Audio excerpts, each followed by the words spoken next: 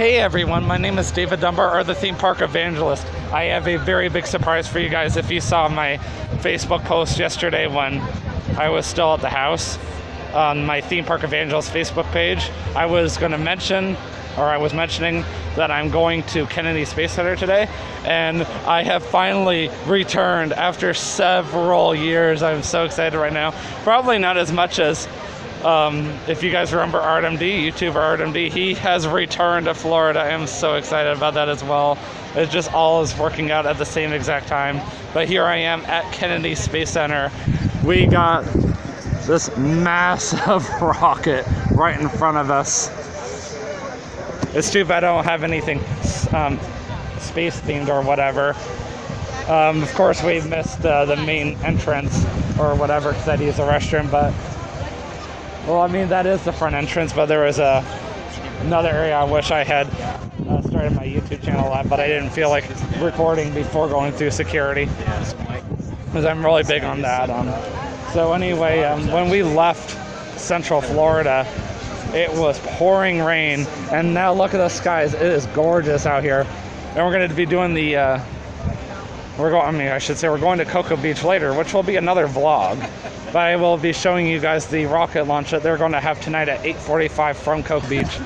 This is hopefully going to help my YouTube out immensely. Anyhow, enough of the introduction. Let us move on. Alright, so over there we got, I don't know what that is. It's one of the rockets. That is huge. I'm going to definitely be taking pictures while I'm here for sure. Yeah, unfortunately we cannot keep Artem still because this is his first time here ever. So he's like really excited. And I'm looking forward to going back and watching this vlog later another time and seeing how excited I was. So I guess whatever is going on back here is behind this wall. Let's see what it has to say.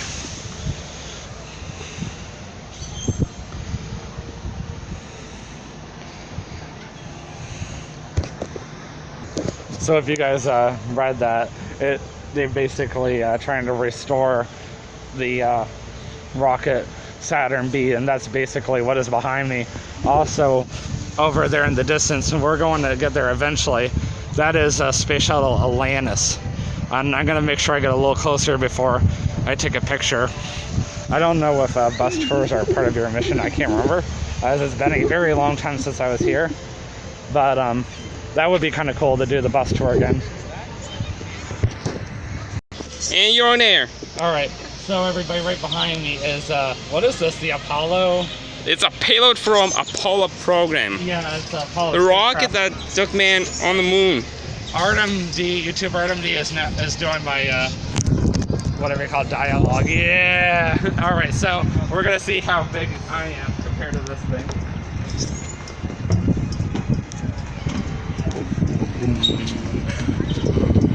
Oh my.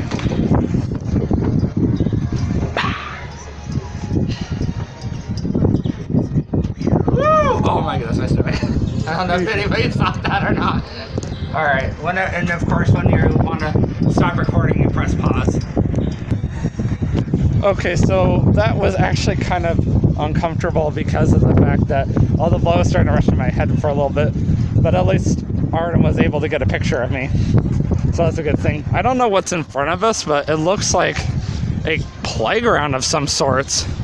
And then off in the distance, it looks like a cafe. They sell some good eats over here. Loaded fries, and I just saw a salad that was on the menu. That's not bad at all. And of course, we are heading towards the space shuttle as of right now, actually. And then the bus tours are right in front of me. And looks like the Milky Way ice cream shop is right next to the Universe Theater. So this is where we're over by right now. That's kind of cool. And then of course directly in front of me is the bus tours. So directly in front of me is where the Dial F an Astronaut is supposed to be at, but it is not. It's currently located in the debut or D-bus conference center, and they're getting this ready for a new experience. Ladies and gentlemen, I present to you the Mars rover. Wow.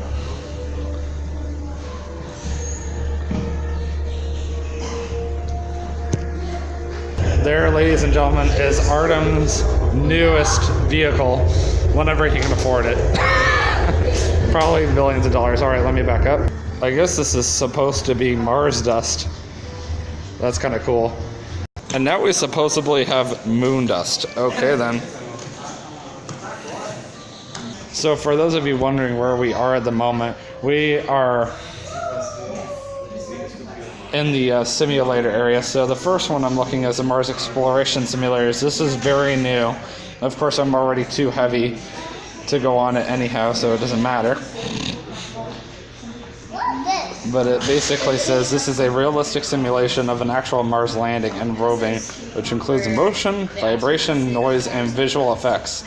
Those who have had a recent surgery or injury should not ride, Spacewalk says.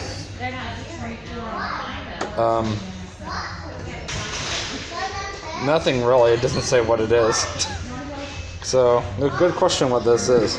The other one. I haven't shown you guys this yet, but this is another NASA globe, and I'm trying to figure out what exactly is behind it. That's kind of cool. Now, I can't see my phone very well, but I know that it is picking up everything very clearly. I'm going to have to get a little closer to find out what it is. We're now passing by another cafe. This one's called Red Rock Grill. And then over here is Journey to Mars, Explorers Wanted. And then it looks like they have another quick service stand straight ahead of me. And also, we got the IMAX theater that I actually haven't seen in many years. And there's another cafe literally right over there. I'm not exactly sure what this is, but I'm gonna walk over to this sign and find out exactly what it is. Okay, so this one is Orion, America's New Ride to Deep Space. Ooh, let's make sure I got a picture of this. So it looks like we're in the IMAX theater. Oh, actually not the IMAX theater, but we're in something. Oh yeah, this is the Journey to Mars thing. Ooh, I like this big mural they have. Look guys, it's a giant Mars. That is kind of weird. Oh wow. That's actually really pretty. So there's the same exact rocket I was showing you guys when I first walked in the building. Please stay off the stage. This is a crew vehicle. There's pictures from the places that you cannot access on your foot. You can only take a bus. So here's a stage that they use for shows. And they're doing trivia. And I don't actually know the answer to that, but let's go with B. How many days does it take for... Oh, wow, it takes longer. How many days does it take for Mars to orbit the Earth? And that's exactly how long. That's a long time. So here is some cool facts about the Orion rocket or whatever I was reading earlier. You can't see it very well. Okay, there we go. Much better. Mercury heat shield, 6 feet, 2.5 inches. Gemini heat shield, 7 feet, 8 inches, and an Apollo heat shield, 12 feet, 10 inches, and then the one we're looking at right now, the Orion heat shield, 16 feet, 6 inches. Right in front of me is a space exploration vehicle. It's massive. Some more equipment that the astronauts use to look at the Earth. This one is called the Curiosity rover. The Curiosity rover, built like a human. That's kind of cool. So literally the first time I saw this guy on the wall, I thought he was an actual person, but then I realized, oh, it's just a drawing. I'm kind of stupid. We are currently heading into the IMAX theater, and there's another look at Space Shuttle Atlantis. That is so cool. So I'm not exactly sure what this room is, but this is kind of a cool room.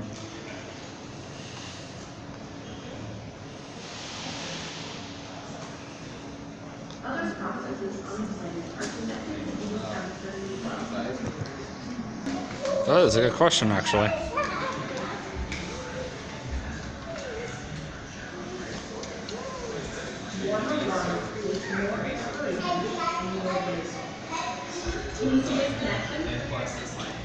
Well, whatever this area is being closed off at the moment, unless they're just not ready for more people at the moment. There's only 229. So right over here is where the IMAX theater is at, and their movies are like 40 minutes long, and I still have to find out how much a bus tour would be. Now guys, it's time for some NASA merchandise. So we decided to opt out of the movie at the moment because of the fact that there's still so much for us to see, and we still want to go find out how much it costs to get on the bus. I might even ask an employee over here to find out how much a bus costs, but it looks like they definitely have tons of merchandise, so at least you can say that I showed you some merchandise while I was here. We got some NASA souvenir cups, and then we got some clothing right over here. That's kind of cool. And that's $20, which is not terrible. So I stepped out here really quickly to find out how much the bus tours are, and it looks like they're actually part of your admission because they got general bus tours right over here, and there was the fact that you could easily enter over here from the gift shop. So I'll go let Thomas know that these are included in your admission, and by far the best part about it, why I'm so excited about doing it, because you can see a lot more of Kennedy Space Center that you cannot see from this portion of it. So while I'm out here, I wanted to show you guys Space Shuttle Atlantis again. And there's its building right over there. And then of course we got some area where you can eat. This sky is so pretty. I love it. I'm gonna do another picture. So I've actually seen these phone charging kiosks at the Orange County Convention Center. You can leave your phone in one of these lockers, and they have several USB ports you can plug into your phone, and you can just leave it here and charge it. So that's kind of cool, and the fact that it's free. Now obviously it's not the appropriate time for jackets to wear right now, but that's cool. These jackets are cool, and the small is $31.99, but honestly that's typical for a jacket. I totally see Thomas wearing this shirt, Occupy Mars, because he loves Mars. Alright guys, the most exciting part of the trip is about to happen. We are going to climb on a bus and take a 45-minute bus drive to Saturn V. I am so excited. I haven't done this in years. I believe our bus should be next. Here it comes.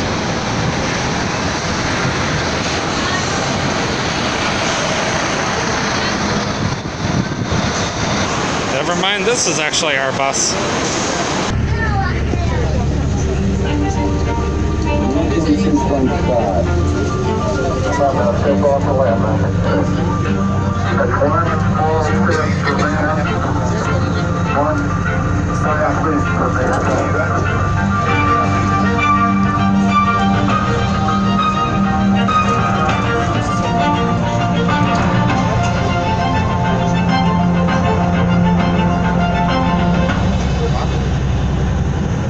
Pondered our place amongst the stars since the dawn of humankind. We've looked at the stars with wonder and amazement, their glow guiding our travel for centuries. The more we learn about our universe, the more questions we have. Today, we'll explore where NASA and its partners are taking us in the future. But before we begin this journey, just like every NASA mission, our #1 goal is to return home safely. So always stay seated while the bus is in motion. Please, no food or drinks on the bus with the exception of water. Please keep conversation to a minimum so others may hear and enjoy the tour. No photography is permitted at the security gates, but there will be plenty of photo opportunities during the tour.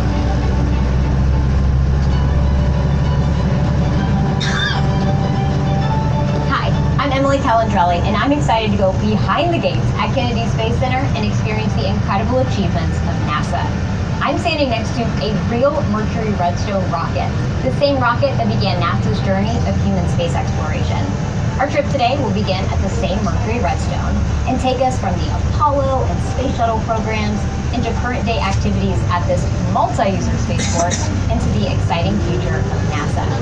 The work that's being done right this moment at Kennedy Space Center is bringing us closer to that next monumental achievement in space exploration. To welcome you, here's Space Shuttle astronaut and Center Director of Kennedy Space Center, Bob Cabana. Hi, I'm Bob Cabana. Welcome to NASA's John F. Kennedy Space Center, where NASA astronauts have ventured forth on flights of exploration since the 1960s, and where future space exploration will take us to the Moon, Mars, and beyond. What an exciting time to visit our multi-user spaceport as we celebrate NASA's 60th anniversary and the 50th anniversary of the Apollo program. Well, the shuttle program ended. NASA didn't have any use for those three buildings, so they leased them out. Boeing, of course, has number 3 over there. Air Force has 1 and 2 out here by the roadway. You can see on one it says home of the X-37B. That's the Air Force top secret little space plane. It's unmanned, looks like a little miniature shuttle. They've got 2 of them, and I'm not supposed to talk about them. But they advertise where they got them there for you. Boeing also does a lot of different projects with the Air Force in number 1 and 2 here. Yeah, we get by these little buildings here on the right. We're going to make a turn. Take you around behind the VAB to give you kind of a backstage look. We'll be coming back around the front as we come out, and you get a good look at the flag, even if it's just some pictures if you like. And we'll point out some different things over there for you. As we make it, and each one of those cleats weighs 1 ton or 2,000 pounds. Top deck of the crawler is about the size of the infield of a baseball diamond. Sitting on the pedestals here are one of our mobile launch platforms. We've got 3 of those. They were used to launch all the shuttles and all the Saturn V rockets. You had a big tower when they launched the rockets. The shuttle was only about half as tall, so they didn't need that towers anymore. Took them off and redesigned them for the shuttles. The large opening up front underneath let the flames from the shuttle's main engines escape when they launch. Smaller ones at the back let the flames from the solid rocket boosters escape. And your flames went down a flame trench, funneled away from the platform. And you had little or no damage from the flames when they launched. For a little over 2 years, they were building the new mobile launcher platform for the Space Launch System rocket. Sit on these pedestals here.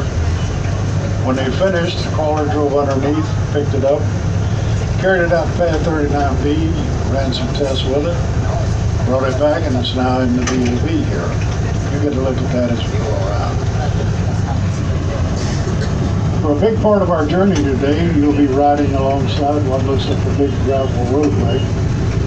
This is what they call the crawler way, and it's the highway that the crawler transporter uses to get around. Not with 2 separate roadways, it's one roadway. The crawler straddles that median, takes up both sides of the roadway. The Army Corps of Engineers, they dug those out 7 foot deep, filled them in with different layers of compacted material to stabilize it. And they put 6 or 8 inches of the Alabama-Tennessee River rock on the top. They chose that river rock because you can crush it. It doesn't create any heat or sparks. Rocket fuel up top, you don't want any sparks to blow. It also acts like ball bearings for the treads to give it a smooth ride to the pad. Coming up on your right, you get a good look at the future of our space program. That is the new mobile launcher platform for that Space Launch System, or SLS rocket. The tower is 380 feet tall. They'll assemble the rocket inside the building right in front of the tower. And that's the tallest garage doors in the world. They open to a height of 456 feet. It takes them 45 minutes to open completely from bottom to top. And each section on the door there stacks like a deck of cards up top when they open up. White building with a dark window is the Launch Control Center. You'll hear more about that on our way back. I've got a video for that. Right now we're going to put the crawler video back on and get you on out to the space pads. Now, let me introduce you. There you can see the rocket on the pad 40. That's where they'll be launching that rocket tonight. Farming community just 60 years ago is now a multi-user spaceport shared by the United States government and private industry. You'll get to see that private industry at work throughout the tour. So why did NASA choose this section of the Florida coastline to base its launch facility? It's not just because astronauts like the beach. The warmer weather provides opportunities for launches to occur year-round. Most importantly, the safest place to launch a rocket is over the ocean, away from populated areas. There's actually a scientific purpose for launching from here, because we get a speed boost from the Earth's rotation. Imagine yourself riding a carousel. The further you are from the center, the faster you're traveling around the circle. Florida is closer to the Earth's equator, so launching from Florida is like riding closer to the outer edge of the carousel. We harness the extra speed from Earth spinning on its axis to help slingshot rockets into space. When NASA was created, the land previously occupied by the United States Army, Navy, and Air Force became the Launch Operations Center, or LOC, and was put under NASA's supervision. In 1963, President Lyndon B. Johnson called for the renaming of the LOC to honor the late President John F. Kennedy, who had challenged the nation to landing a man on the moon. To this day, it is still referred to as the John F. Kennedy Space Center, or KSC.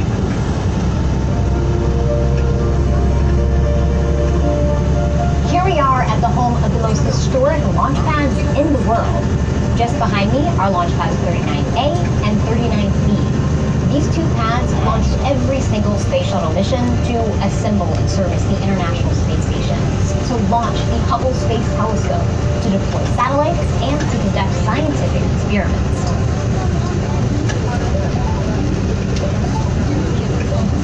We're looking out at launch pad 39A, where every man who walked on the moon began their journey. 82 space shuttle missions also launched from right here. Since the space shuttle program ended in 2011, this launch pad has been transformed to accommodate a private space organization. Can you guess? SpaceX, the venture started by tech entrepreneur Elon Musk in 2002, signed a 20-year lease for the use of Pad 39A. You may have watched their Falcon Heavy test flight, the one that sent a Tesla Roadster into space. This is where it launched. The Falcon Heavy rocket is currently the most powerful operational rocket in the world by a factor of 2. SpaceX made history in 2012 when it delivered their Dragon spacecraft into orbit to rendezvous with the International Space Station, making SpaceX the first commercial company ever to visit the space station. You can see that same Dragon capsule back at the visitor complex in the NASA Now exhibit. Since then, SpaceX has made numerous deliveries to the ISS, and some other Dragon capsules have been used more than once. But the Dragon capsule isn't the only hardware they reuse. Yes, I'm talking about reusable rockets. SpaceX expertly lands many of their rocket boosters after launch. Sometimes they land back here at Cape Canaveral, while others may land on an autonomous drone ship floating in the ocean. The ability to recover and reuse rocket boosters is one of the most exciting developments in the aerospace industry in recent years. This advance in rocket technology is helping to bring down the cost of launching payloads into space, allowing more and more exciting technology to be deployed for use. Hi, I'm John Muirtor. I'm the Director of Launch Operations here at Pad 39. We got the keys to Pad 39 from NASA on April 14th, 2014, and we started a really radical transformation of this pad. One of the biggest things you notice right away is the big hangar we built, because we use horizontal integration for the rocket. And the other big thing that we've done is we've had to convert the pad from what's called a mobile launcher pad concept, where the rocket's assembled on a pad, or the space shuttle as it was at the time, and rolled here with all of its support equipment to a situation where the pad is sitting on the flame trench, and we just move the rocket to it and lift and get ready. 39A is where Americans are going to return to space, launching from Earth's soil. And we're going to launch American crew members on the Dragon, on top of the Falcon 9 and Singapore. What's pretty exciting about this place is this place gives SpaceX room to grow. We can put some amazing big rockets on this pad because it's a huge facility. And we're pretty excited about what this is going to bear for the future of SpaceX. That lightning rod on top of the tower is the same size as the Mercury Redstone rocket that got us started in the space program. And the white part extending out from the pad, it's called the access arm with the white room on the end of it. Astronauts enter an elevator at the bottom of the tower, take it to the top, walk across the access arm into the white room, which is set against the door of the capsule, enter it, and then they're on the way to space. Over on your right there, the first 4 tires, that's pad 41. They launch Atlas V rockets there. That's where Boeing will be launching the Starliner. The next pad down to the right, pad 40. SpaceX's pad also, and that's where they launch the Falcon 9s. They'll be launching that one tonight. Scheduled between 8:45 and 9:17. All the way down at the far end there, you got pad 37. They launched the Delta IV rockets and the Delta IV Heavy. That is our 3 active launch pads on Cape Canaveral. Coming up ahead, we've got a little road there going north and south. Goes on the back entrance to Cape Canaveral Air Force. A couple of miles out to the right is a beach house. And it was kind of a tradition with the astronauts before they went up in space. A week or 2 before the launch, the crew going up would bring all their families together at the beach house. They'd have a big party and enjoy some good time together before they left.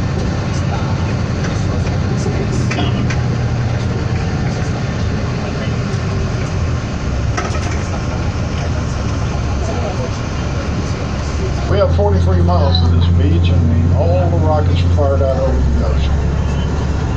As the expended parts start dropping away, they fall out in the water, not on some populated area. And that is also one of the largest sea turtle nesting areas. Right there is the only place in the world that men have left the face of the earth, landed on another heavenly body and walked around, and then returned safely back home. Between 1969 and 1972, 6 of our Apollo launches landed on the moon. 12 men were able to get out and walk around. Right there's where they all left the Earth. Coming up ahead, we have the 3